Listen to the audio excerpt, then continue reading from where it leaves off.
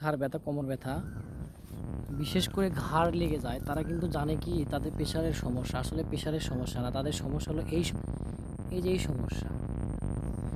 কচু শাক খেতে হবে, প্রচুর পরিমাণে আয়রন লাগবে। আপনি ডাক্তারের কাছে যান, অবশ্যই আপনাকে আয়রন খেতে বলবে। তো শহরে যারা থাকেন তারা তো মূলত আয়রন পান না, কিন্তু যারা গ্রামে থাকেন তাদের তো আয়রনের অভাব নেই। তো আপনারা যারা আয়রনের প্রবলেম আছে, আয়রন ঘাটতি, তারা কিন্তু এগুলো খাবেন। কচু শাক খেলে কিন্তু শুধু যে আয়রন তা না, প্রচুর পরিমাণে ভিটামিন এ, এবং এটা খেলে চোখের জ্যোতিও বাড়ে, হজমের শক্তি বাড়ে, রুচিও বাড়ে। তবে এটা বিভিন্নভাবে খাওয়া যেতে পারে।